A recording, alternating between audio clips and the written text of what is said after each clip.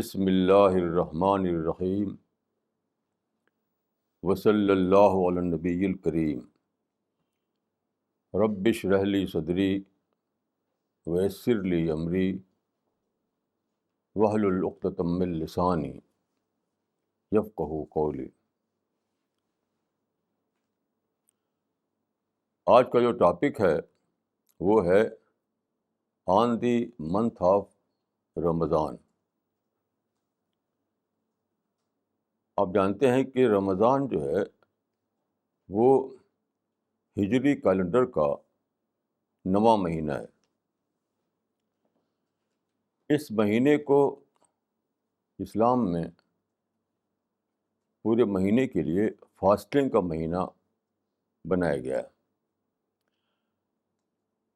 اور کہا یہ گیا ہے قرآن میں کہ اس مہینے میں اللہ تعالیٰ نے قرآن اتارا۔ قرآن اس لیے تم اس مہینے میں پورے مہینے کے لیے روزہ رکھو۔ تو یہ ہے منتھ آف رمضان۔ قرآن کیا ہے؟ قرآن اس لیے اترا کہ سارے انسان خدا کی اس کتاب کے آگے سرنڈر کریں، اس کتاب کو مانیں۔ یہ ہے قرآن کا جسٹ، قرآن کے میسج کا جسٹ، یعنی اسی سرنڈر کرنے میں انسان کی ترقی ہے، انسان کا سالویشن ہے۔ دیکھیے، اس مہینے میں آخر میں ایک رات آتی ہے جس کو قرآن میں کہا گیا ہے لیلۃ القدر۔ مہینے کے آخری کسی دن میں، آخری کسی رات کو ایک خاص رات ہوتی ہے جو کہا گیا ہے لیلۃ القدر۔ لیلۃ القدر کا مطلب ہے night of destiny, night of destiny. یہ نائٹ آف ڈیسٹنی کیا ہے؟ یہ کوئی مسٹیریس چیز نہیں ہے۔ نائٹ آف ڈیسٹنی جو ہے وہ کوئی مسٹیریس چیز نہیں ہے۔ یہ ایک ایسی چیز ہے جس کو آپ سوچ کر جان سکتے ہیں، اور یہ ایک رات کی بات بھی نہیں ہے، یہ پورے مہینے کی بات ہے۔ یہ جو رمضان کا مہینہ ہے، اس میں جو اسپرٹ چاہیے وہ یہی اسپرٹ ہے جس کا کلمنیشن ہوتا ہے لیلۃ القدر میں۔ وہ اسپرٹ کیا ہے؟ وہ اسپرٹ ہے خدا کے آگے سرنڈر کرنا، خدا کے ورڈ کو مان لینا انکنڈیشنلی۔ تو جو نائٹ آف ڈیسٹنی کا مطلب کیا ہوا؟ انسان کی نسبت سے، یعنی خدا کی نسبت سے وہ نائٹ آف ڈیسٹنی ہے۔ انسان کی نسبت سے کیا ہے؟ انسان کی نسبت سے یہ ہے کہ آپ یہ کہہ سکیں، کہنے کے معنی ہے کہ آپ کا دل سے بول نکلے کہ او God, I accept with all my heart and soul what you have destined for me. Oh God, I accept with all my heart and soul what you have destined for me. تو خدا کی نسبت سے وہ لیلۃ القدر ہے، انسان کی نسبت سے وہ اس اسپرٹ کو اپنے اندر انکلکیٹ کرنا ہے کہ آپ خدا کے فیصلے کو مانیں، خدا کے سرنڈر کر دیں۔ یہی جسٹ ہے اسلام کا، یہی جسٹ ہے قرآن کے میسج کا، یہی جسٹ ہے انسان کے سالویشن کا۔ تو یہ ہے، میں سمجھتا ہوں کہ رمضان کے مہینے کا خلاصہ اسی خلاصے کا کلمنیشن ہوتا ہے جس کو کہتے ہیں ہم شب قدر یا لیلۃ القدر یا نائٹ آف ڈیسٹنی، کہ خدا کے فیصلے پر راضی ہو جانا، سرنڈر کر دینا۔ دیکھیے یہ معاملہ بہت سیدھا نہیں ہے، یعنی پوری یونیورس سرنڈر کی ہوئی ہے خدا کے آگے آلریڈی۔ خدا کے مقابلے میں جو ورلڈ ہے، جو خدا نے کریٹ کیا ہے، وہ سب کا سب خدا کے آگے آلریڈی سرنڈر کیے ہوئے ہے۔ آپ دیکھیے کہ اسٹارس اور پلینٹ کے جو موشن ہیں، ایک سیکنڈ کے فرق کے بغیر وہ ہزاروں ہزار سال تک ویسے ہی چلتے رہتے ہیں۔ یہی تو سرنڈر ہے۔ ہر چیز میں یہی ہے، آپ دیکھیں کہ جو لا آف نیچر ہے، اس لا آف نیچر سے ذرا بھی کوئی چیز ڈیویٹ نہیں کرتی۔ تو ریسٹ آف دا ورلڈ جو ہے وہ سرنڈر کیے ہوئے ہے کمپلسیولی۔ اسی سرنڈر کو انسان کو کرنا ہے اپنے ارادے سے، اپنی فریڈم سے، اپنی لبرٹی سے۔ یہ اسپرٹ انکلکیٹ کرنا ہے اس مہینے میں۔ آپ اس اسپرٹ کے ساتھ جئیں اس مہینے میں، oh God I accept with all my soul and heart what you have destined for me. تو یہ ہے خلاصہ رمضان یا خلاصہ روزہ۔ اب میں آپ کو ایک اور آسپیکٹ کی طرف لے جانا چاہتا ہوں۔ دیکھیے یہ میرے ہاتھ میں آج کا ٹائمس آف انڈیا ہے، یعنی سپٹمبر 23 کا۔ اس میں ایک نیوز آئی ہے، ابھی ایک کانفرنس ہوئی ہے ایمسٹرڈم میں۔ یہ سارے سائنٹسٹ لوگ آئے تھے وہاں پر، فزسسٹ اور ایسٹرانومرس، ایمسٹرڈم میں۔ تو وہاں پر ایک نوبل پرائز ونر جو بہت ہی سینئر سائنٹسٹ ہے، جیمز واٹسن، اس نے وہاں پر جو پیپر پیش کیا اس کے بارے میں اس میں آیا ہے۔ وہ کیلکولیٹ کر کے اس نے بتایا ہے کہ یہ جو ورلڈ ہے، یہ جو یونیورس ہے، اس یونیورس کا صرف 4% ہمارے آبزرویشن میں آتا ہے۔ 96% of the universe is not observable for us۔ 96% of the universe is unknown for us۔ تو 4% ہم جان پاتے ہیں، اور ہمارے پاس کوئی ذریعہ اب تک نہیں ہے کہ 4% کے علاوہ کو جان سکیں۔ تو اس کو میں نے پڑھا تو مجھے اس میں ایک سملرٹی دکھائی دی رمضان سے۔ وہ یہ کہ رمضان شروع ہوتا ہے نیو مون سے، جس کو آپ کہتے ہیں کریسنٹ نیو مون، یعنی رمضان کا، یعنی شعبان کا مہینہ جب ختم ہوتا ہے تو رمضان کے مہینے کا چاند دکھائی دیتا ہے، اور لوگ اس کو دیکھتے ہیں، اس کو کہتے ہیں نیو مون۔ نیو مون کیا ہے؟ وہ چاند کا تقریباً 4% ہم کو دکھائی دیتا ہے، باقی جو ہے وہ چھپا رہتا ہے، ڈارک میں رہتا ہے۔ تقریباً 4% ہی دکھائی دیتا ہے، اس سے زیادہ نہیں، اس دن جس دن کہ وہ نیو مون ہوتا ہے۔ تو میں نے سوچا کہ یہ ریپرزینٹ کر رہا ہے اس چیز کو جو گریٹر ورلڈ میں ہے آلریڈی، یعنی ہم دیکھ پاتے ہیں صرف 4% کو، بقیہ کو ہم دیکھ نہیں پاتے۔ یہ ہمارا ہیلپ لیسنس ہے، ہمارے ہیلپ لیسنس کا ایکسپیرئنس ہے رمضان کا مہینہ جو شروع ہوتا ہے نیو مون سے۔ ایک ایسی عجیب سملرٹی ہے، اتنی بڑی یونیورس ہے جس کو ہم فیدم نہیں کر پاتے،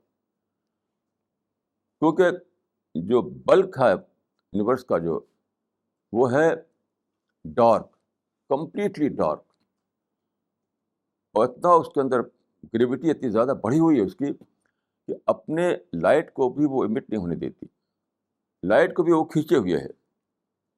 آپ جانتے ہیں کہ ہم لائٹ ہی کے تھرو کسی چیز کو دیتے ہیں، دیکھتے ہیں. یہ سورج کی لائٹ ہم تک نہ پہنچے تو ہم سورج نہیں دکھائی دے گا ہم کو. ہم آنکھ رکھیں گے لیکن ہم دیکھیں گے نہیں، کیونکہ ہمارے آنکھ اور آبجیکٹ کے بیچ میں لائٹ چاہیے.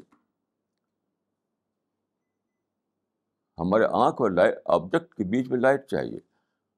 تو یہ جو جو جس کو کہتے ہیں بلیک ہول جو کہا جاتا ہے یا ڈارک ورلڈ جو کہا جاتا ہے، تو ہمارے اور اس کے بیچ میں لائٹ ہے نہیں، اس لیے ہم اس کو دیکھ نہیں پاتے، نہ آنکھ سے نہ ٹیلیسکوپ سے، کسی طریقے سے نہیں.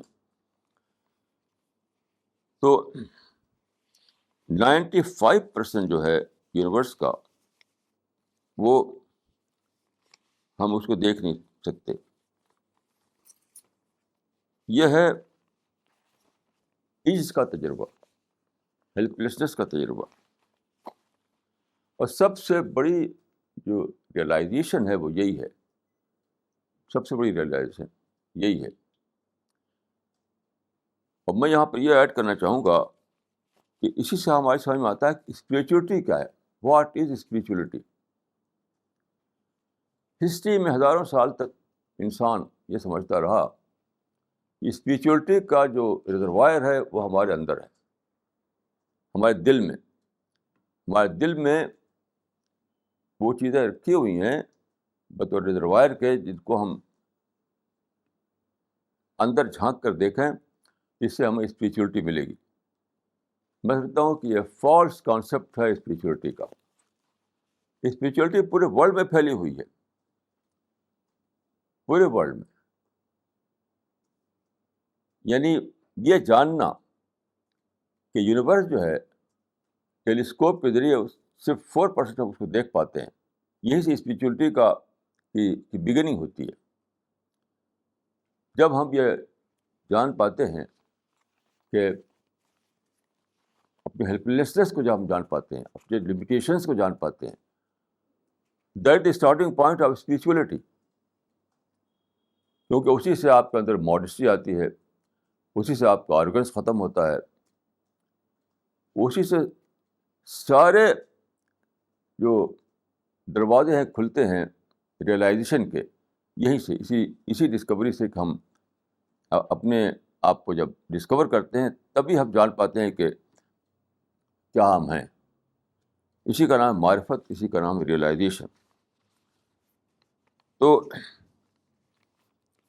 میں یہاں پر ایک بات مجھے یاد آتی ہے، اس کو میں، جو بہت ہی ریلیونٹ ہے، اس کو میں یہاں پر کہنا چاہتا ہوں. وہ یہ ہے، ایک قصہ میں نے پڑھا تھا. وہ ایک پرچہ آپ جانتے ہیں کہ نکلتا ہے امریکہ سے، بہت ہی زیادہ اس کا سرکولیشن ہے، ریڈرز ڈائجسٹ. اس میں نے ایک قصہ پڑھا تھا. وہ قصہ یہ تھا کہ آپ جانتے ہیں کہ سیونٹیز میں عرب میں پیٹرو ڈالر کا سیلاب آیا. بہت زیادہ پیسہ آ گیا لوگوں کے پاس. پیٹرو ڈالر سے پہلے عرب لوگ پاپڑ سمجھاتے تھے، پاپڑ. لیکن پیٹرو ڈالر نے انہیں اوور رچ بنا دیا، اچانک دولت. تو اس میں تھا کہ ایک عرب شیخ جس کو اچانک دولت مل گئی، تو اس سے پہلے وہ معمولی ٹینٹ میں رہتا تھا، 1-2 اونٹ وہی اس کا سب اسٹ تھا، اور کچھ بھی نہیں تھا اس کے پاس. تو پھر اچانک دولت مل گئی. وہاں پر ایسا ہوا عرب میں کہ جب یہ پیٹرول جب ڈسکور ہوا، تو پیٹرول جو تھا وہ جگہ جگہ تھا اسکیٹرڈ وے میں. تو کئی ایسی زمینیں جہاں کہ کوئی عرب نے اپنا بنا رکھا تھا، اپنا کوئی ٹینٹ لگا رکھا تھا یا وہ اونٹ پالے ہوئے تھا، پتہ چلا کہ اس کے نیچے تو پیٹرول ہے. تو گورنمنٹ سے اس کو بہت زیادہ پیسہ ملا. جس کو سمجھا تھا وہ ڈیزرٹ، اب تک وہ سمجھتا تھا کہ یہ ڈیزرٹ ہے، اس کے نیچے نکل آیا پیٹرول. اس طرح سے لوگ اچانک بہت زیادہ رچ ہو گئے. تو ایک عرب شیخ جس کے پاس بہت پیسہ آ گیا تھا، تو اس کے ایک دوست نے اس کے لیے سوئٹزرلینڈ میں ایک بہت شاندار گھر خریدا. سوئٹزرلینڈ میں، سوئٹزرلینڈ آپ جانتے ہیں کہ بہت ہی بیوٹیفل کنٹری ہے. میں 2 بار گیا ہوں سوئٹزرلینڈ، اور واقعتاً بہت ہی بیوٹیفل ہے وہ. تو وہاں اس کے لیے ایک بہت اچھا خوبصورت سا گھر خریدا سوئٹزرلینڈ میں، غالباً جنیوا میں. تو اس کو یہاں سے ہوائی جہاز سے لے جایا گیا اس عرب شیخ کو.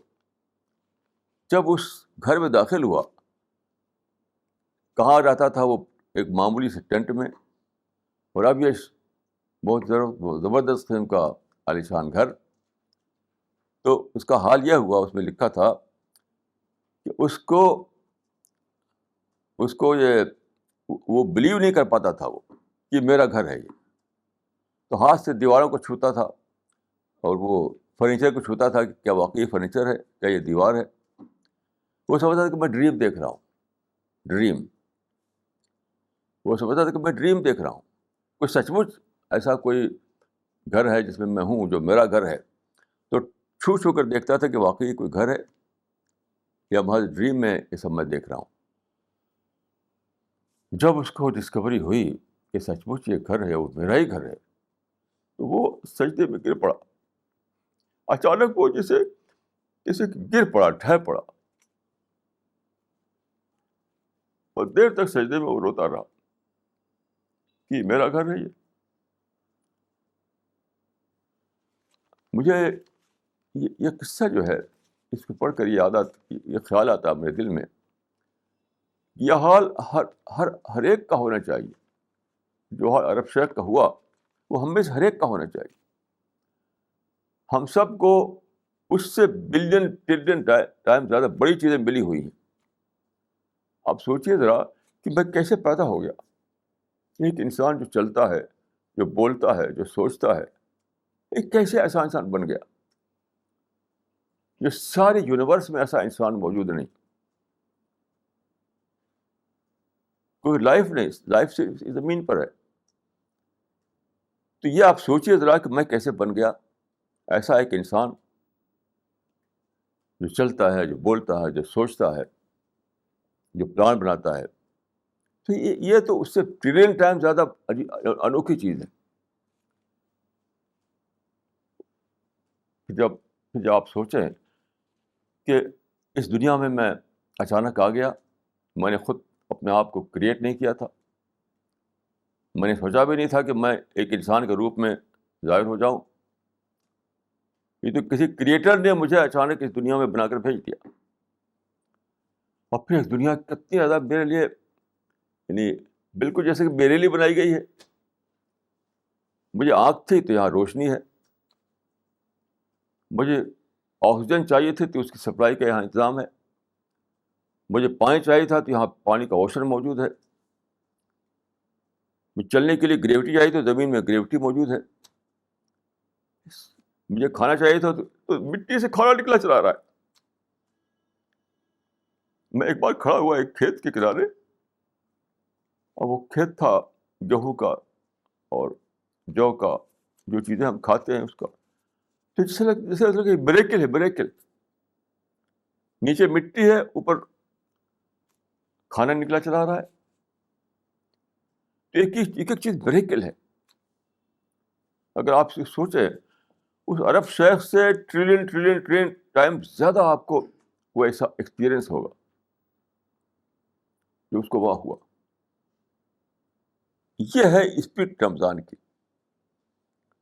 کہ چاند کو دیکھ کر آپ یہ ڈسکور کریں کہ 96% یونیورس کا اس سے ہم بے خبر ہیں. جب آپ یہ آئے گا آپ کے اندر احساس، تو اسی طرح گر پڑیں گے جس طرح سے وہ عرب سے گر پڑا. پھر آپ ڈسکور کریں کہ خدا نے آپ کو رمضان میں کہا کہ کھانا مت کھاؤ، دن میں نہ کھاؤ، رات کو کھا لینا. آپ جانتے ہیں کہ کھانا جو ہے انسان کی سب سے زیادہ ضروری چیز ہے. کھانے کے بغیر نہیں رہ سکتا آدمی. کپڑا کم ہو تو گزر ہو جائے گا، گھر نہ ہو تب بھی گزر ہو جائے گا. کوئی دوسری چیزیں جو ہماری ہوتی ہیں وہ نہ ہو تو گزر ہو جائے گا, لیکن کھانے کے بغیر تو گزر نہیں ہو سکتا. وہاں پر خدا نے روک لگا دی, پارشل روک. جیسے جب پیٹرو ڈالر, جب عرب میں جب بہت زیادہ تیل نکلا اور سارا یورپ امریکہ جو ہے وہاں سے تیل منگا کر اپنی انڈسٹریل ورلڈ چلانے لگا, تو کنگ فیصل جو تھے انہوں نے پارشل ایمبارگو کیا تھا. پارشل, بہت تھوڑا سا روک دیا کہ ہم اتنا پرسنٹ نہیں بھیجیں گے, اتنا پرسنٹ بھیجیں گے, اور صرف وہاں ہنگامہ کھڑا ہو گیا سارے یورپ امریکہ میں, کیونکہ انڈسٹریل ورلڈ جو ہے وہ سارا آئل پر بیس کرتا تھا.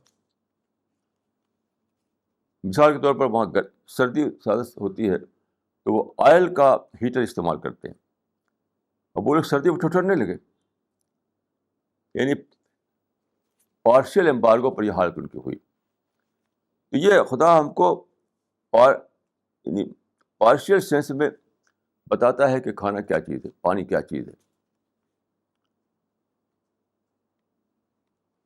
اس کا نتیجہ کیا ہوگا اگر ہم اس کو جان لیں تو کیا ہوگا, ایک بہت ہی بڑا فرق آئے گا ہماری زندگی میں. اس فرق کو حدیث میں اس طرح کہا گیا ہے کہ حدیث میں آتا ہے کہ جب رمضان کا مہینہ آتا ہے تو پہلی رات کو, پھر ہر رات کو کوئی پکارنے والا پکارتا ہے.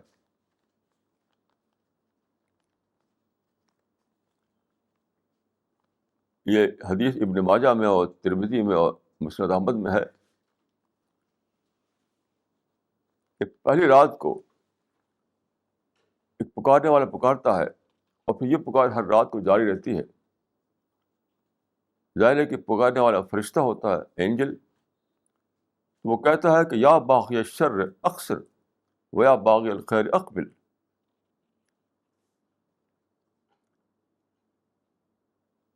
یا باغی الخیر اقبل و یا باغی الشر اقصر. اے خیر کو چاہنے والے آگے بڑھ, اور اے شر کو چاہنے والے رک جا. اے شر کو چاہنے والے رک جا, اے خیر کو چاہنے والے آگے بڑھ. کا مطلب کیا ہے؟ اب بھی نہیں رکو تو کب رکو گے؟ اب بھی اگر نہیں بڑھے آگے بڑھے تو کب بڑھو گے؟ آخری وقت آ گیا ہے.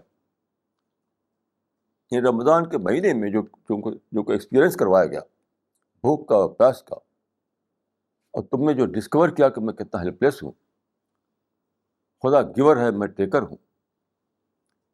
رمضان کا مہینہ گیا اس بات کا ہمیں تجربہ کرانا ہے, ایکسپیرئنس کروانا ہے. کیا ہے انسان جان لے, اے انسان جان لے تو ٹیکر ہے, گیور تو صرف خدا ہے. اب بتائیے کہ جب یہ آدمی دریافت کرے گا اس چیز کو تو کیا اس کے بعد بھی وہ سرکشی کر سکتا ہے؟ وہ بھی ڈیویٹ کر سکتا ہے خدا کے احکام حکم سے؟ تو فرشتہ پکارتا ہے کہ اے اے شر والا انسان, کیا اب بھی تو شر پر قائم رہے گا؟ اے وہ انسان جو خیر چاہتا ہے, کہ ابھی رکا رہے گا؟ تو خیر دوڑے گا نہیں خیر کی طرف. کس وقت کا انتظار کر رہا ہے تو؟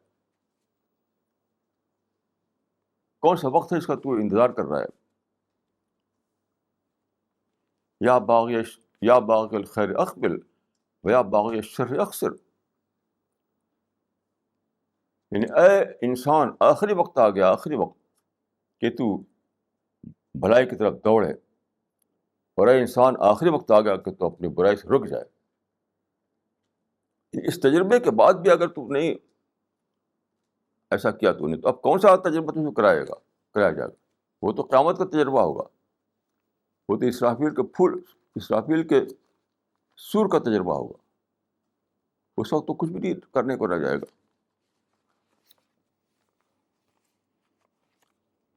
تو اس حدیث کو جب میں سوچتا ہوں تو میں سوچتا ہوں کہ یعنی فرشتہ یہ کہہ رہا ہے کہ اے انسان یو ٹرن لے لے، یو ٹرن، برائی کی طرف دوڑنے والے پیچھے ہٹ. جو انسان بے خبری میں جی رہا تھا، ہوا کلچر میں جی رہا تھا،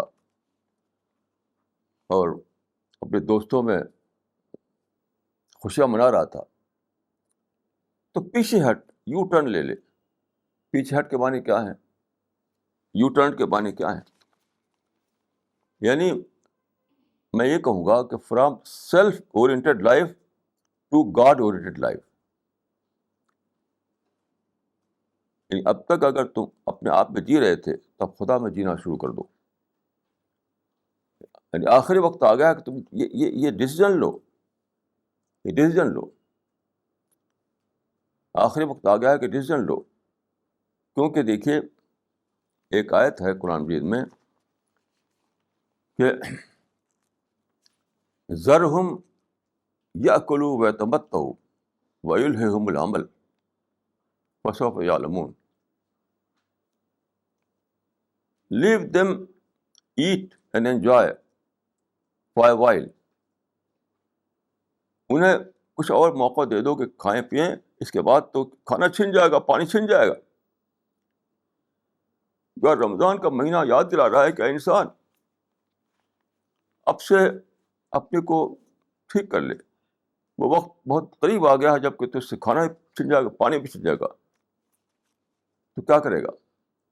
ابھی کل ٹائمس آف انڈیا میں آیا تھا گلوبل وارمنگ پہ ایک مضمون، تو اس میں بہت ہی حیرتناک باتیں تھیں. مثلاً اس میں یہ تھا کہ کیلیفورنیا کے 6 گنا زیادہ بڑا آئس برگ وہ پگھل کے ختم ہو گیا ہے آرکٹیکا میں. کیا ہو رہا ہے؟ دنیا خاتمے کے بالکل قریب آ گئی ہے، خاتمے کے بالکل قریب آ گئی. قرآن میں ہے کہ ہم زمین کو سعیداً جرزہ بنا دیں گے. سعیداً جرزہ، اس زمین میں کچھ بھی نہیں ہوگا. بیرن لینڈ، ساری زمین بیرن لینڈ بن جائے گی. ساری زمین بیرن لینڈ بن جائے گی. نہ پانی ہوگا، نہ سبزہ ہوگا، نہ کوئی کھانے کی چیز ہوگی، کچھ نہیں ہوگا. جسٹ لائک مون آپ جانتے ہیں مون پتھر ہے، چٹان ہے. جتنے بھی پلینٹ ہیں زمین کو چھوڑ کر کے، سب پلینٹ صرف پتھر ہیں، چٹانیں ہیں. جتنے بھی پلینٹ ہیں، زمین بھی ایک پلینٹ ہے. آپ جانتے ہیں زمین ایک پلینٹ ہے. تو زمین ایکسیپشنلی ایسی ہے کہ یہاں پر پانی ہے، سبزہ ہے، کھانا پینا ہے، سب کچھ ہے. تو قرآن میں ہے کہ ایک دن آئے گا کہ زمین کو بھی ہم ویسے ہی بنا دے گا جیسے ایک دوسرے پلینٹ ہیں. سائزن جوروزا. سر سوچیے کتنا عجیب بات ہے یہ کہ زمین بھی ویسی ہو جائے گی بیرن، جس طرح سے دوسرے پلینٹس ہیں. سائزن جوروزا. تو کیا رمضان کے مہینے میں پارشل طور پر آپ کو پانی سے اور فوڈ سے ڈپرائیو کر کے، یا ریمائنڈ کیا ہے، ریمائنڈ، رمضان از اے ریمائنڈر کہ جلدی وقت آنے والا ہے جب کہ تم سے بالکل ہی چھن جائے گا. نہ پانی ہوگا، نہ کھانا ہوگا، نہ سبزہ ہوگا، نہ کچھ ہوگا. تو کیا کرو گے اس وقت؟ تو اس سے پہلے کہ وہ وقت آئے اپنی کو ٹھیک کر لو. میں سمجھتا ہوں کہ رمضان جو ہے ایک ریمائنڈر ہے. وقت بہت قریب آ گیا ہے.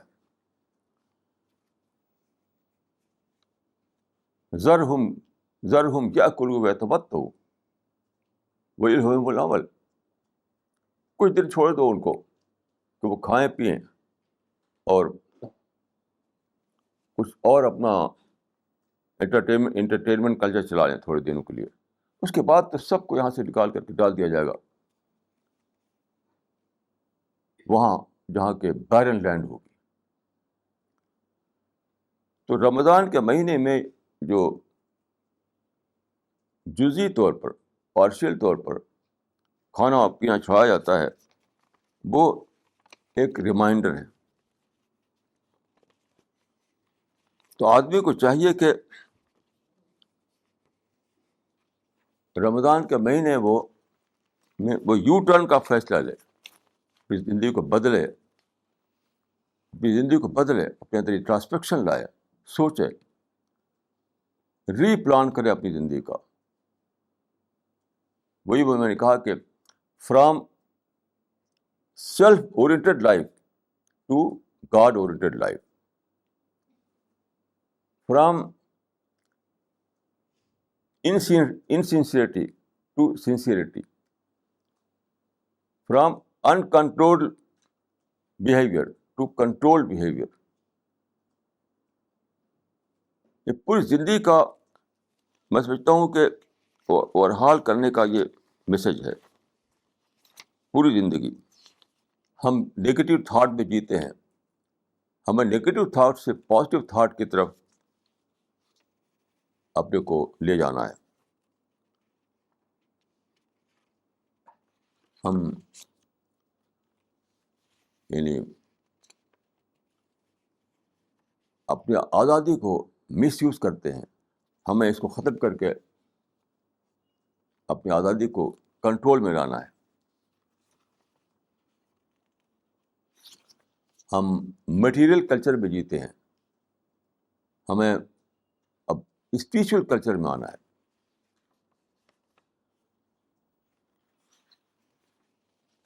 وائلنٹ کلچر میں ہم جیتے ہیں، ہمیں پیسفل کلچر کی طرف لوٹنا ہے. یہ ہے رمضان کا پیغام. سمجھتا ہوں کہ رمضان ایک ریمائنڈر ہے، ایک ریمائنڈر. قرآن میں رمضان کے بیان جہاں آیا ہے سورہ البقرہ میں، اس میں 3 ورڈ یوز کیے گئے ہیں: تقویٰ اور شکر اور تکبیر. تقویٰ کا مطلب ہے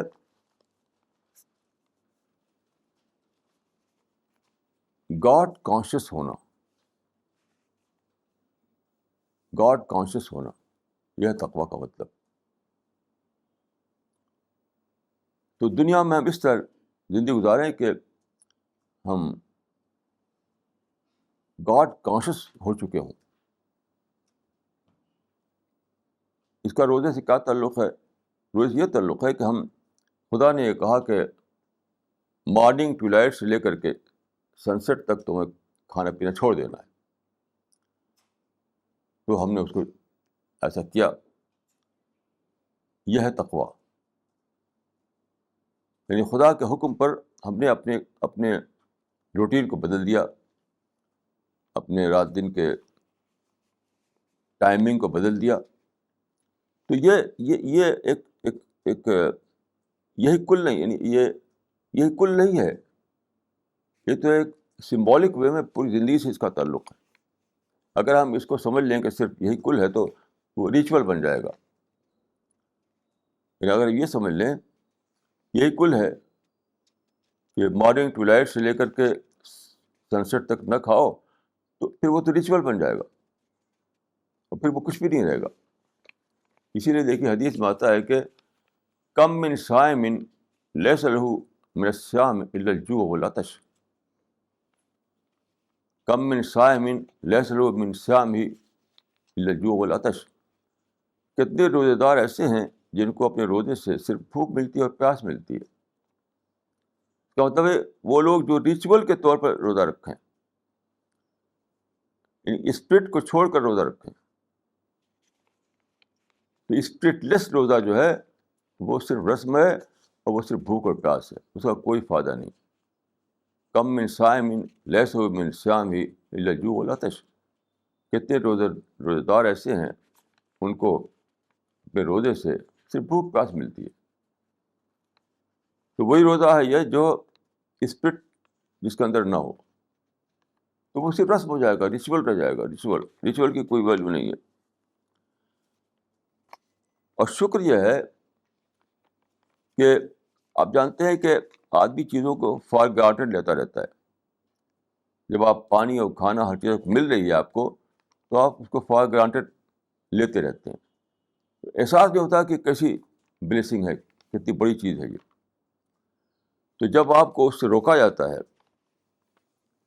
جب آپ اس کا ایکسپیرئنس آپ کو ہوتا ہے کہ یہ نہ ہو تو کیا میرا حال ہو جائے گا, پھر جب ملتا ہے آپ کو, یعنی دن میں آپ کو وہ چیزیں نہیں ملی, پھر شام کو افطار کے وقت ملی, تو آپ کو اس کا احساس ہوتا ہے کہ کیسی اہم چیز ہے. اس وقت دل سے شکر کا الفاظ نکل پڑتے ہیں. جیسے رسول اللہ نے جب افطار کیا تو آپ نے فرمایا کہ ذهب الظمأ وابتلت العروق وثبت الارج ان شاء اللہ تعالی. پیاس چلی گئی اور رگیں تر ہو گئی. سوچیے ان شبدوں پر سوچیے کہ آدمی جب پیاسا ہو, حلق سوکھ رہا ہو, اور اس طریقے سے دن گزارنے کے بعد شام کو جب پانی پیتا ہے وہ, تو عجیب کیفیت ہوتی ہے. اسی کو آپ نے فرمایا کہ ذهب الظمأ وابتلت العروق, پیاس چلی گئی اور رگیں تر ہو گئیں. تو اس وقت جو کلمہ نکلتا ہے اسی کا نام ہے شکر. شکر کا لپ سروس کا نام نہیں ہے. شکر جو ہے دل کی پوری فیلنگ کے ساتھ, پوری کیفیت کے ساتھ, دل کے پورے احساس کے ساتھ جو بات جو اکنالج کرتے ہیں خدا کی بلیسنگ کا, اس گہرے اکنالجمنٹ کا نام ہے شکر. اس طرح سے تکبیر آیا ہے, تکبر اللہ علی ما ہداکم, یعنی خدا کی بڑائی کو ماننا. یہ تکبیر آئی ہے, یہ آیا ہے اس کے ذیل میں کہ قرآن میں یہ ہے کہ وَإِن كُنتُم مَرْضَىٰ أَوْ عَلَىٰ سَفَرٍ فَعِدَّةٌ مِّنْ أَيَّامٍ أُخَرَ. اگر تم بیمار ہو یا تم سفر پر ہو تو تم روزہ چھوڑ سکتے ہو, اور بات کو تم اسے پورا کر لو. اس سفر کی حالت میں چھوڑ کر کے اور مرض کی حالت میں چھوڑ کر کے, یہ رخصت دی گئی, بات کو پورا کر لو. اور آپ جانتے ہیں کہ فقہ میں یہ مسئلہ ہے کہ بعض صورتوں میں یعنی روزہ جو ہے وہ ساقط ہو جاتا ہے. روزہ رکھنے کے قابل جب نہ رہے آدمی, اسے بہت بوڑھا ہو چکا ہے, روزہ نہیں رکھ سکتا وہ, تو اس کے لیے وہ ضرورت شرعی بن گئی کہ وہ روزہ رکھنے کے لیے قابل نہیں رہا. تو کیا کوئی بہت زیادہ یعنی کرانک مرض لگ گیا اس کو, جس میں وہ اچھا نہیں ہونے والا ہے, اور روزانہ اس کو دوا بھی کھانی ہے اس کو, تو کوئی بہت زیادہ سخت بیماری ہو یا بہت زیادہ بڑھاپا آ جائے, تو اس وقت مستقل طور پر روزہ چھوڑنے کا اجازت ہے. تو بعض حالتوں میں روزہ چھوڑ کر کے اس کو پورا کرنا پڑتا ہے, اور بعض حالتوں میں اجازت ہے کہ وہ روزہ ان سے ساقط ہو گیا. لیکن اسی پہ یہ جو فرمایا وَلِتَكَبِّرُ اللَّهَ عَلَىٰ مَا هَدَاكُمْ, یہ فرمایا کہ یرید اللہ بکم الیسر ولا یرید بکم العسر. یہ آیت میں نے غور کیا کہ یہ جو رخصت دی گئی ہے, اس کے ذیل میں یہ فرمایا کہ خدا چاہتا ہے تمہارے لیے آسانی, مشکل نہیں چاہتا, اور یہ چاہتا ہے کہ تم اس کی بڑائی کرو. اس پر میں نے غور کیا تو میری سمجھ میں یہ بات آئی کہ روزے کے دو آسپیکٹ ہیں. ایک ہے فزیکل آسپیکٹ, ایک ہے اسپریچول آسپیکٹ. روزے کا ایک فزیکل آسپیکٹ ہے, ایک اسپریچول آسپیکٹ ہے. فزیکل آسپیکٹ کیا ہے؟ کھانا اور پینا چھوڑ دینا, یعنی مارننگ ٹو لائٹ سے لے کر کے سن سیٹ تک کھانا نہ کھانا, یہ ہے اس کا فزیکل آسپیکٹ. اور اسپریچول آسپیکٹ کیا ہے؟ اسپریچول آسپیکٹ ہے کہ خدا کی بڑائی آپ کے دل میں بھری ہوئی ہو, خدا کا شکر, خدا کو اکنالج کرنا اس کی بلیسنگ پر, یا آپ کے دل میں بھرا ہوا ہو, آپ کا مائنڈ جو ہے خدا کی سوچ میں جیتا ہو, یہ ہے اس کا اسپریچول آسپیکٹ. یعنی گویا کہ ایک ہے روزے کی اسپرٹ, ایک ہے روزے کا فارم. فارم یہ ہے کہ آپ دن کو نہ کھانا کھائیں, اسپرٹ یہ ہے کہ آپ کے دل میں بھرا ہوا ہو خدا کی بڑائی کا احساس. اس پر غور کرنے کے بعد میری سمجھ میں آیا کہ روزہ چھوڑنے کی جو اجازت ہے وہ صرف فزیکل سینس میں ہے, اسپریچول سینس میں نہیں ہے. جن لوگوں کو شرعی طور پر ٹیمپریری طور پر اور یا پرماننٹ طور پر روزہ چھوڑنے کی اجازت ہے، ان کو صرف فزیکل سینس میں چھوڑنے کی اجازت ہے، اسپریچول سینس میں نہیں. یعنی اسپرٹ والا روزہ پھر بھی رکھنا ہے انہیں، چاہے کوئی کتنے ہی بیمار ہو جائے، کوئی کتنے ہی بوڑھا ہو جائے، روزہ رکھنے کے قابل نہ رہے وہ، حضرات طبیع المحظورات کا درجے میں پہنچ جائے وہ، تب بھی اس کو صرف فزیکل روزہ چھوڑنے کی اجازت ہے، اسپریچول روزہ چھوڑنے کی اجازت اس کو نہیں ہے. اگر وہ اسپریچول روزہ بھی چھوڑ دے تو خدا کے ہاں وہ بے روزہ دار اٹھایا جائے گا، بے روزہ دار. تو اسپریچول روزہ اور فزیکل روزہ کیا ہے؟ تو فزیکل روزہ یہ ہے کہ آپ دن میں کچھ نہ کھائیں، پانی نہ پئیں، کھانا نہ کھائیں، یہ فزیکل روزہ، جسم کا روزہ. تو جب آدمی بالکل روزہ رکھنے کے قابل نہ رہے، شریعت کی کہ جو ڈیفینیشن ہے شریعت کی اس کے مطابق، خود نہیں، یعنی ہم فیصلہ نہیں کر سکتے کہ ہم اس کیٹیگری میں آ گئے. جو شریعت میں جو بتایا گیا ہے اس کیٹیگری میں شریعت کے مطابق اگر آ جائے آدمی اور اس کو روزہ چھوڑنے کی عادت ہو جائے، تب بھی وہ صرف یہی کر سکتا ہے کہ اس روزے کا فارم چھوڑے، وہ فارم یعنی کھانا اور پینا. لیکن جہاں تک اسپرٹ کی بات ہے، وہ پھر بھی اس کو رکھنا پڑے گا روزہ. اس سے میں نے سمجھا یہ یرید اللہ بکم اليسر ولا یرید بکم العسر ولتکبروا العدہ ولتکبروا اللہ علی ما ہداکم. یعنی خدا نے تم کو آسان کر دیا فزیکل سینس میں. یہ فزیکل سینس میں کہا کہ روزہ نہ رکھو، عارضی یا مستقل، جیسی سچویشن ہو. تو فزیکل سینس میں تم کو دے دی رخصت، کنسیشن. رخصت مینس کنسیشن. تو کنسیشن جو ہے وہ صرف فزیکل سینس میں ہے، اسپریچول سینس میں جو ہے کنسیشن نہیں ہے. یعنی آپ کو اپنے دل اور اپنے دماغ کے اعتبار سے پھر بھی روزے دار بنے رہنا ہے. یعنی خدا کی بڑائی میں جینا ہے، خدا کے شکر میں جینا ہے، خدا کے تقویٰ میں جینا ہے،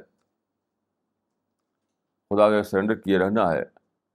یہ سب پھر بھی کرنا ہے. اس آیت سے یہ میں سمجھاؤں، یہ جو آیت میں نے پڑھی آپ کے سامنے کہ یرید اللہ بکم اليسر ولا یرید بکم العسر ولتکبروا العدہ ولتکبروا اللہ علی ما ہداکم لعلکم تشکرون. کہ خدا نے دیکھا کہ اس حالت میں اگر اس کو فزیکل روزہ رکھوایا جائے تو رکھ نہیں پائے گا، اس کی کیپیسٹی سے باہر ہو گیا ہے، اب رکھ نہیں سکتا.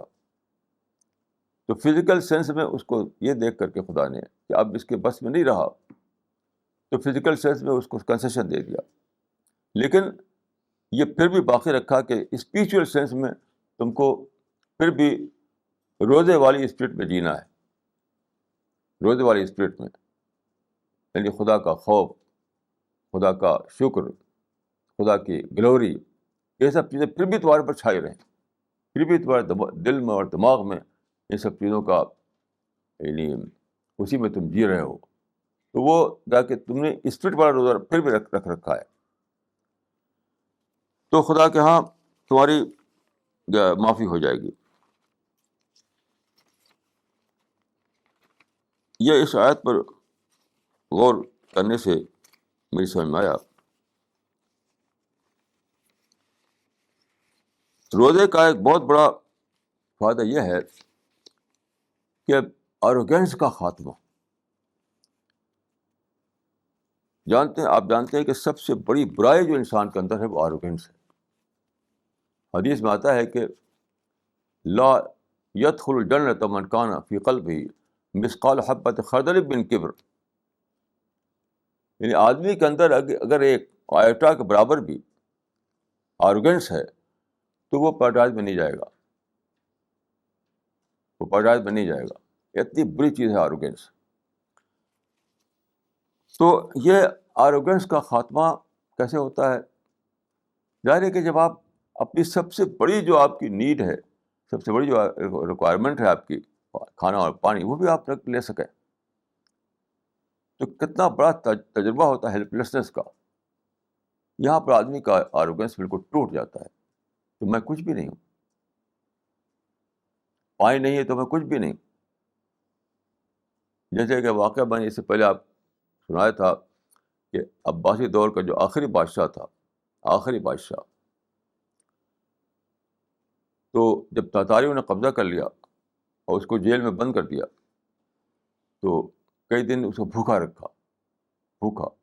تو بہت زیادہ جب بھوک سے تڑپنے لگا وہ، تو اس نے کہلایا تاتاری جو رولر تھا کہ میں بہت بھوکا ہوں، کچھ کھانے کے لیے بھیجو مجھے.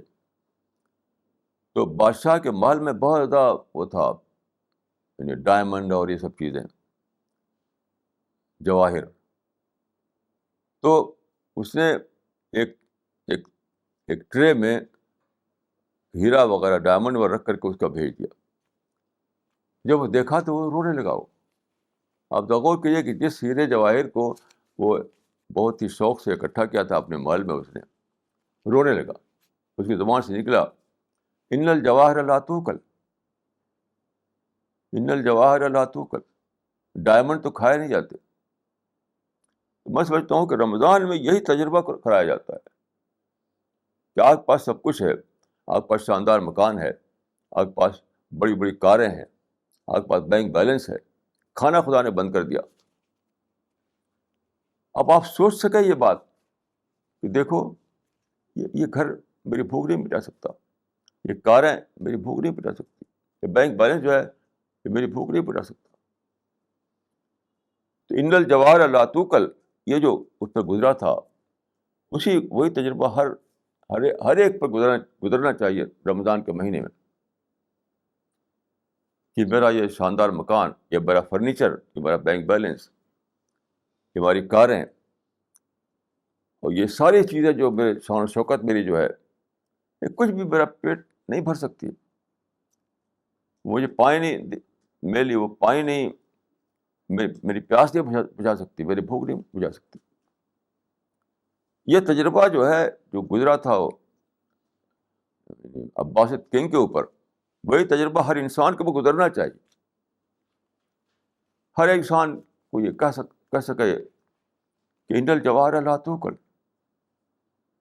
یہ ساری چیزیں میرے پاس ہیں. اب کوئی بڑے سے بڑا آدمی ہو، کوئی کنگ ہو، کوئی منسٹر ہو، کوئی پرائم منسٹر ہو، کوئی پریزیڈنٹ ہو، کچھ بھی ہو، جو چیزیں اس کے پاس ہیں وہ کھانا تو نہیں بنے گی، اس کا مال اس کو کھانا نہیں بنے گا، اس کے لیے اس کی کاریں اس کی بھوک نہیں مٹائیں گی. تو خدا نے اور چیزوں کو بند نہیں کیا، صرف ایک چیز بند کی، کھانا.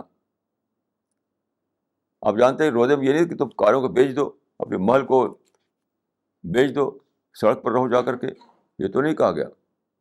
وہ ساری چیزیں رکھتے ہوئے صرف یہ ہے کہ آپ کھانا مت کھاؤ، پانی مت پیو. وہ چیزیں آلریڈی ہیں آپ پاس.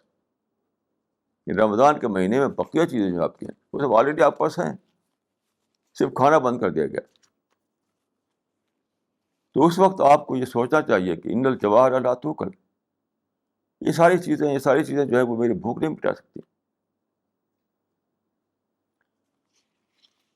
تو اس سے آپ کو تجربہ ہوگا کہ کیا ہے، کیا ہوں میں. اسی سے پھر آپ کے اندر وہ ساری صفتیں پیدا ہوں گی جو کہتا ہے، جو کہا جاتا ہے تقویٰ اور عبادت. دیکھیے ایک حدیث ہے بہت زیادہ امپورٹنٹ حدیث کہ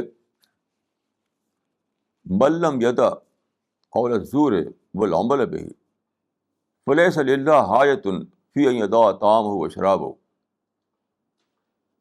یہ بہت زیادہ سوچنے کی حدیث ہے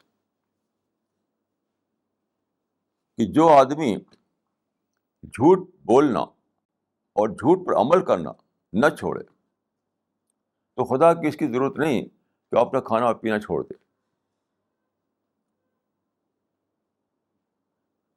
جو آدمی جھوٹ بولنا، مطلب یہ روزے کے بارے میں ہے، یہ حدیث روزے کے بارے میں، کہ جو آدمی روزہ رکھے، یعنی کھانے پینے کا روزہ رکھے، لیکن وہ جھوٹ بولنا نہ چھوڑے. پانی تو چھوڑ دیا، پانا تو چھوڑ دیا، لیکن جھوٹ بولنا نہیں چھوڑا اور جھوٹ پر عمل کرنا نہیں چھوڑا. تو خدا کو اس کی ضرورت نہیں کہ وہ اپنا کھانا پینا چھوڑے. تو میں اس پر بہت برسوں سے، آج سے نہیں، بہت ہی دنوں سے سوچتا تھا کہ جھوٹ بولنا تو بہت کلیئر بات ہے. ہم کہیں کہ ہم اس وقت دلی میں نہیں ہیں، ہم واشنگٹن میں ہیں، یہ جھوٹ ہے. تو جھوٹ کیا ہے اس کو ہر آدمی جانتا ہے، لیکن جھوٹ پہ عمل کرنا کیا چیز ہے یہ سمجھ میں نہیں آتا تھا میری. اسی رمضان میں میری سمجھ میں آیا پہلی بار کہ جھوٹ پہ عمل کرنا کیا ہے. وہ ہے جھوٹے ایک آپ جھوٹ گڑھیں، اس جھوٹ پر آپ کا ایکشن پلان بنائے اپنا. یہ کیسے میری سمجھ میں آیا کہ ایک دن میرے پاس ٹیلی فون آیا ایک صاحب کا دلی کے باہر سے کہ صاحب آپ نے سنا سنیتا ولیم تو مسلمان ہو گئی ہیں، انہوں نے اسلام قبول کر لیا ہے. میں نے کہا وہ کیسے بھائی؟ انہوں نے کہا کہ آپ انٹرنیٹ دیکھ لیجیے، نیٹ پہ آ چکا ہے انٹرنیٹ پر. تو میں تو انٹرنیٹ دیکھنا جانتا نہیں، میں نے مسٹر خالد انصاری سے کو ٹیلی فون کیا، بھائی آپ پتہ کیجیے کیا معاملہ ہے. مسٹر خالد نے پتہ کیا تو معلوم ہوا کہ جو مسلمانوں نے جو بنا رکھے ہیں ویب سائٹ سب پر ہے خبر، یعنی اور کہیں پر نہیں ہے. ناسا جس کی وہ جہاں وہ کام کرتی ہیں، ناسا نے ایسا نہیں بتایا، سنیتا ولیم نے نہیں بتایا ایسا، اور جو ایجنسیز ہیں سیکولر ایجنسیز انہوں نے بتایا. مسلمانوں نے، یعنی ایجپٹ کے مسلمان اور پاکستان کے مسلمان، بنگلہ دیش کے مسلمانوں کا خاص ہابی ہے یہ ویب سائٹ کھول رکھا ہے، اس میں ساری باتیں بھر دیتے ہیں. اب کسی ایک ریور بنائی کہ سنیتا جب وہاں گئی، بیٹھے بیٹھے ایک ریور بنائی بیٹھے بیٹھے، تو وہاں سے دیکھا اسے ٹیلیسکوپ سے اوپر سے، تو زمین جب دیکھا اس نے سارے ڈارک تھے، ڈارک. 2 اسپاٹ چمک رہے تھے. وہ اسپاٹ کون سے؟ مکہ مدینہ. ایک بالکل جھوٹی بات، اور اس جھوٹ کو ڈال دیا انہوں نے انٹرنیٹ پر، اور لوگ سارے مسلمان دنیا بھر میں اور اس میں ہزاروں ہزار خط سنیتا کو بھیج دیے لوگوں نے. جیسے خالد نے مجھے بتایا کہ صاحب اس میں خطوط کا ایک انبار ہے، مبارکباد دے رہے ہیں، اور تم کو سچائی مل گئی، اور دنیا بھر کے شاید جو خطوط بھیج رہے ہیں سنیتا ولیم کو، اور اسے کچھ پتہ ہی نہیں. اس سے پہلے بھی ہو چکا ہے، جب وہ گیا تھا وہ آدمی آرمسٹرانگ چاند پر، تو مسلمانوں نے یہ خبر اڑا دی کہ صاحب وہ مسلمان ہو گیا، کیونکہ وہاں جب گیا تو اس کو وہاں لکھا کہ اذان کی آواز سنائی دی. سر جھوٹی بات تھی یہ جھوٹ پر اپنا پلان بنانا، ایک جھوٹ گڑھنا اور اس جھوٹ کی بنیاد پر اپنا ایکشن پلان بنانا. اسی جب مجھے یہ پتہ چلا تب میں نے ڈسکور کیا کہ اس حدیث کا مطلب کیا ہے. اور پھر مجھے لگا کہ سارے دنیا میں یہ ہو رہا ہے. جیسے آج کل جو جہاد ہو رہا ہے وہ کیا ہے؟ وہ اسی پر ہو رہا ہے. آپ نے ایک جھوٹ گڑھا کہ فلاں لوگ جو ہیں میرے خلاف ظالم ہیں، امریکہ اینیمی نمبر 1 ہے اسلام کا. ساری دنیا کے مسلمان یہ بولتے ہیں. آپ عرب میں جائیے تو ہر عرب یہ کہے گا امریکہ عدو الاسلام رقم 1. پورا عرب ورلڈ یہ کہے گا امریکہ عدو الاسلام رقم 1، یعنی امریکہ از اینیمی نمبر 1 آف اسلام. یہ جھوٹ گڑھا، یہ جھوٹ گڑھ کر کے اس بعد امریکہ کے خلاف بمبارڈمنٹ ہو رہا ہے، امریکہ کے خلاف جو ہے اس کا بلڈنگ کو ڈھا رہے ہیں، آپ کچھ بھی کر رہے ہیں آپ اس جھوٹ کے اوپر. یہ سرتاسر جھوٹی بات ہے کہ امریکہ اسلام کو دشمن ہے. امریکہ اپنا اس کو انٹرسٹ ہے، وہ چاہتا ہے. آپ زد میں آتے ہیں تو آتے رہیے. آپ امریکہ پرو امریکہ ہے، اینٹی اسلام نہیں ہے. وہ یاد رکھیے، امریکہ پرو امریکہ ہے، وہ اینٹی مسلم نہیں ہے. اب بے دئی کی سرتاپا جھوٹی بات ہے کہ امریکہ مسلمان اسلام کا دشمن ہے. اسی پر آپ دیکھ ایک پوری بلڈنگ کھڑی کر دی گئی، اور جو کچھ بھی امریکہ کے خلاف جھوٹا پروگنڈا ہو رہا ہے اس کے خلاف بم مارے جا رہے ہیں, سوسائڈ بمبنگ ہو رہی ہے, اس کی بلڈنگ کو آپ تباہ کر رہے ہیں. تو جھوٹ پر پلان بنانا, جھوٹ پر اپنا ایکشن پلان بنانا, یہ ہے ملم یدا قول الزور والعمل به. تو ایک ہے جھوٹ بولنا کہ میں کرسی پہ بیٹھا ہوا ہوں اور یوں ہی کہوں کہ صاحب میں تو واشنگٹن میں بیٹھا ہوا ہوں, یہ سیدھا سیدھا جھوٹ ہوا. اور ایک جھوٹ گڑنا, اس جھوٹ پر پھر اپنا پلان بنانا, اپنے ایکشن پلان, وہ ہے جھوٹ پر عمل کرنا. بتائیے کہ کتنا زیادہ بڑی یہ ایول ہو رہی ہے ہمارے درمیان, کہ نہ صرف ایک جھوٹ بولتے ہیں لوگ, بلکہ جھوٹ بول کر اس کے اوپر پلان بناتے ہیں, ایکشن پلان اسی پر بنتا ہے ہمارا, ایک جھوٹی بیس پر, یعنی جھوٹ کی بیس پر ایکشن پلان بنانا, جھوٹ کے بیس پر ایکشن پلان بنانا. یاد رکھیے, کسی کے ایک مسئلہ میں عرض کر دوں کہ کسی کے بارے میں اچھی بات کہنا ہو تو آپ فری ہیں کہنے کے لیے, لیکن کسی کے بارے میں بری بات کہنا ہے اگر آپ کو, یاد رکھیے, تو آپ کو 1000 بار اس کی اسکروٹنی کرنی پڑے گی, 1000 بار اس کو چیک کرنا پڑے گا, 1000 بار اس کو سروے کرنا پڑے گا. آخری جب تک پوری طریقے سے اسٹیبلش نہ ہو جائے تب تک آپ کسی کے خلاف بری بات نہیں نکال سکتے. سارے ہی جو اویلیبل سورسز ہیں ان سب کو آپ کو چیک کرنا پڑے گا. اس کے بعد اگر پروف ہو جائے, اسٹیبلش ہو جائے, تب آپ بول سکتے ہیں. یہاں کیا ہے, بس ایک ریومر نکالی اور پھیلا دیا اور سارے لوگ لے کے اس کے دوڑ رہے ہیں. اس رمضان میں مجھے ڈسکوری ہوئی کہ ایک ہے جھوٹ بولنا, ایک ہے جھوٹ پہ عمل کرنا. تو کیا ہے وہ؟ اللہ تعالیٰ ہمیں اس سے بچائے. اس رمضان میں ہم سب لوگ اس کا عہد کریں کہ ہمیں نہ تو جھوٹ بولنا ہے اور نہ جھوٹ پر عمل کرنا ہے. اقول قولی ھذا واستغفر اللہ لی ولکم اجمعین.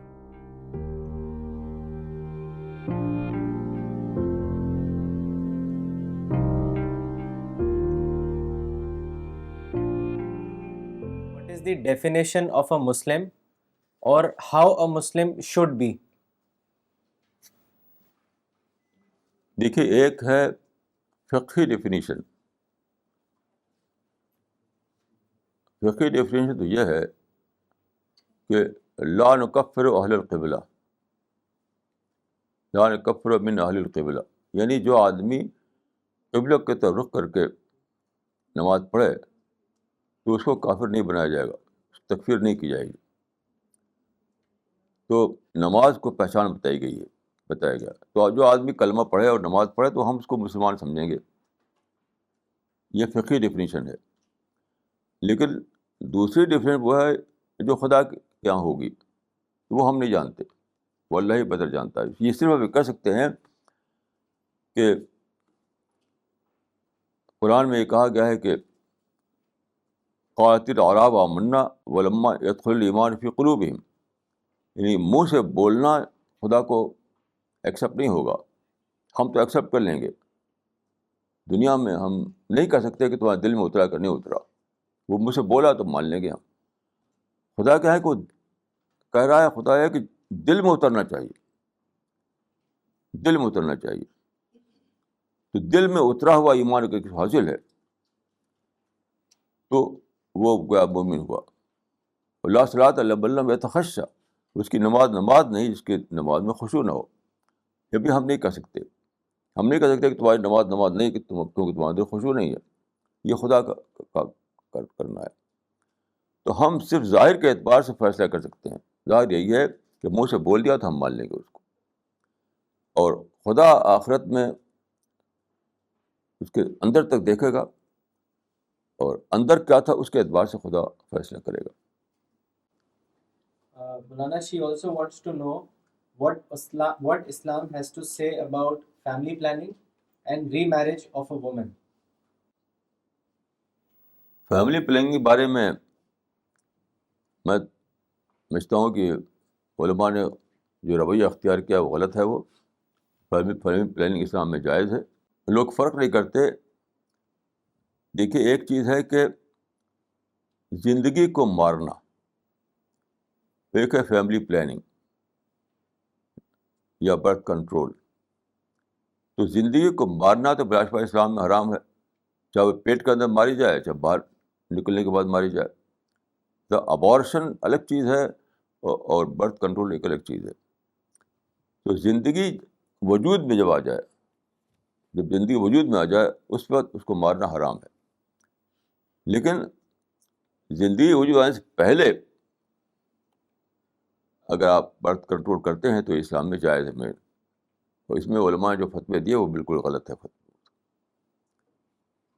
دوسری بات جو ہے ری میرج، ظاہر ہے کہ ری میرج بالکل بہت اچھی بات ہے. یہ شادی، ایک بیوہ ہو گئی کوئی خاتون دوبارہ شادی کرتی ہے تو بالکل ٹھیک ہے، اس میں تو کوئی پوچھنے کی بات ہی نہیں. This question is from Mr. Hamid Hussain. Maulana Sahab, there are a few things in namaz which needs to be understood while offering. They are as follows: Subhana Rabbiyal Azim when somebody goes into ruku, Sami Allahu liman hamida, Subhana Rabbiyal Ala when somebody does sajda, Rabbna lakal hamd, and Allahu Akbar. Could you please explain the meanings and significance of these for the benefit of all? دیکھیے نماز جس spirit کے ساتھ پڑھی جاتی ہے اسی spirit کا یہ شبدوں میں اظہار ہے، اسی کا لٹرل ایکسپریشن ہے. یہ آدمی جی رہا ہے خدا کی بڑائی میں تو اس کی زبان سے نکلا اللہ اکبر. تو اللہ اکبر بھی کوئی منتر نہیں ہے، دل کی کیفیت کا اظہار ہے. یعنی آپ کے دل میں آلریڈی خدا کی گلوری آ چکی ہے، اس کی اسپرٹ، تو آپ کہتے ہیں اللہ اکبر، خدا تو کتنا بڑا ہے. اسی طرح سے جب آپ کہتے ہیں سبحان رب الاعلیٰ، سبحان رب العظیم، دونوں کا مطلب ایک ہی ہے تقریباً، کہ خدا پاک ہے اور وہ عظیم ہے، بڑا ہے. یعنی میرا رب جو ہے وہ بہت ہی بڑا ہے، بہت ہی پاک ہے، یہ مطلب ہے اس کا. تو یہاں پر بھی اپنی کیفیت جو دل میں ہے آپ کے، اس کو آپ اظہار کیا لفظوں میں. سبحانہ کے معنی ہے پاک، خدا تو پاک ہے. جیسے کہ پاک کا مطلب یہ سمجھ لیے کہ بہت چیزیں ایسی لوگوں نے خدا کے بارے میں رکھی ہیں جو خدا کے شان کے خلاف ہیں. یہ کہ خدا کا بیٹا ہے، یا خدا کسی کی سروائی، کسی کا دباؤ خدا کے اوپر ہوتا ہے، وہ کہہ دے تو خدا کو ماننا پڑے گا. یہ سب خدا کے شان کے خلاف ہے. یا خدا کا کوئی پارٹنر ہے جو اس کو کہتے ہیں وہ شرک، یہ سب خدا کی شان کے خلاف ہے. تو خدا تو اس سے برتر ہے کہ تیرا کوئی پارٹنر ہو، تیرے اوپر کسی کا دباؤ پڑے اور تو کسی کا بیٹا ہو یا تو کسی کو بیٹا بنائے، لم یلد ولم یولد. تو یہ ساری چیزیں جو لوگوں نے بنا رکھی ہیں خدا کی نسبت سے، تو آدمی کے دل میں وہ اسپرٹ آلریڈی ہے پہلے سے، اسی کو زبان سے کہتا ہے کہ خدا تو پاک ہے، برتر ہے، تو اس سے اعلیٰ ہے یہ سب چیزوں سے. تو یہ جتنے بھی الفاظ ہیں نماز میں، وہ کیفیت کی شکل میں نمازی کے دل میں موجود ہوتے ہیں. وہی اسی کا اظہار، وہی ایکسپریس کرتا ہے وہ اپنی زبان سے. یہ Okay, this is the last question for today's session. This question is from Dr. Farida Khanam. Maulana, when we are born with the spirit of submission, what makes us turn arrogant and become a rebel? دیکھیے انسان جو ہے وہ اس دنیا میں test کے لیے پیدا کیا گیا ہے، ٹیسٹ کے لیے. اس لیے قرآن میں بتایا گیا ہے کہ انسان کے اندر یعنی ایک ہی ساتھ دو چیزیں رکھی گئی ہیں، النفس اللوامہ اور النفس الامارہ.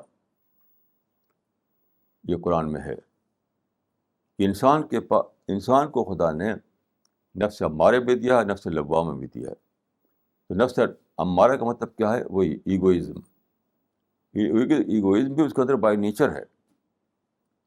اور نفس لوامہ کا مطلب ہے کانشنس، یعنی کانشنس بھی ہے اور ایگو بھی ہے.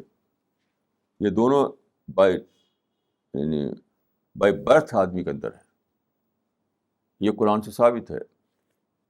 النفس اللوامہ اور نفس الامارہ. تو نفس اللوامہ کا مطلب ہے ایگو, نفس اللوامہ مطلب ہے کانشنس. تو دونوں کے بیچ میں اسی رکھا گیا کہ اسی کا ٹیسٹ ہے وہ. اور آدمی کو عقل دی گئی, سوچ دی گئی ہے. اپنی سوچ کے ذریعے سے وہ یہ کرے کہ اپنے نفس امارہ کو یعنی ایگو کو کنٹرول کرے, وہ کنٹرول پہ رکھے, اور نفس لوامہ کو سے سبق لے وہ. ٹھیک ہے, ایگو انسان کے اندر ہونا بہت ہی ضروری ہے.